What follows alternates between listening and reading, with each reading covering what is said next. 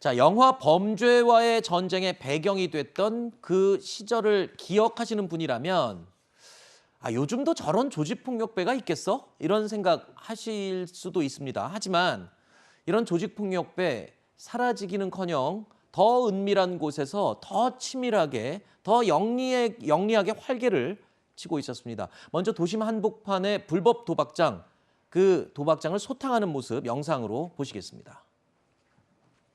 신중하게. 법 바뀌는 세상이 동성우라. 어차피 우리 돈은 잃을 것도 없잖아.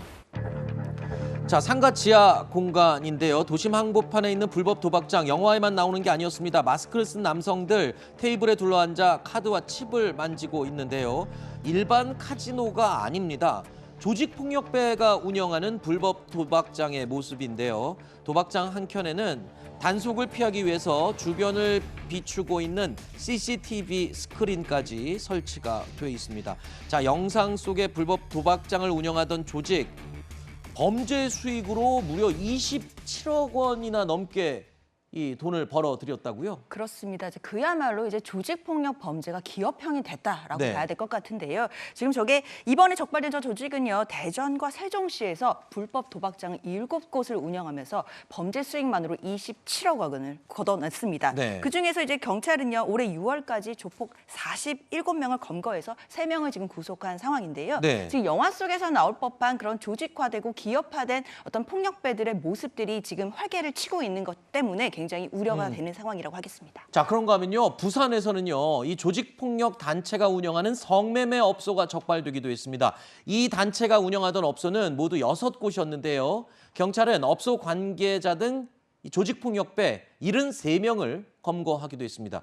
그때 그 시절에서 30년이 지났지만 여전히 범죄와의 전쟁이 벌어지고 있는 셈인데 지난 4월부터 3개월 동안 이루어졌던 특별 단속에서 검거된 조폭, 이게 도대체 몇 명입니까?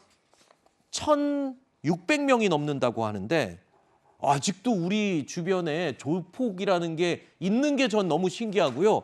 또 하나, 지금 통계 자료를 보니까 조폭도 세대 교체가 이루어지는 것 같습니다. 검거된 조폭들 인원 70%가 30대 이하 젊은 층으로 지금 확인이 되고 있다고요? 그러니까요. 저는 굉장히 안타까운 일인 건데 네. 그러니까 말 그대로 뭐 사회 곳곳에서 세대 교체가 이루어지고 있다는 얘기는 있었지만 제가 범죄 조직에서 세대 교체가 아하. 일어났다는 말은 또 처음 들었습니다. 네. 과거에 대한민국을 주름잡던 굵직굵직한 이른바 조폭 조직들이 사실 우리가 뭐 민주화가 되고 여러 가지 이 사회가 발전하면서 많이 해체되고 또는 축소되고 하는 모습들이 있었거든요. 근데 오히려 보게 되면은 10명 중에 7명이 30대 이하 청년인 걸 보면 오히려 그것이 더 득세하고 있다. 기세를 더 위용을 떨치고 있다. 이렇게 볼 수 있을 정도로 네. 굉장히 우려스러운 상황이라고 볼 수밖에 없을 것 같습니다. 네. 조금 전에 이 사진 한 장 저희가 보여드렸는데 다시 한번 볼까요? 지금 장례식장에 조폭들이 모여 있는 모습입니다. 실제입니다. 그런데 영화에나 나오는 그 장면들 있죠. 일렬로 도열해서 바로 저 장면입니다. 도열해서 형님 이러면서 90도로 인사하는 것.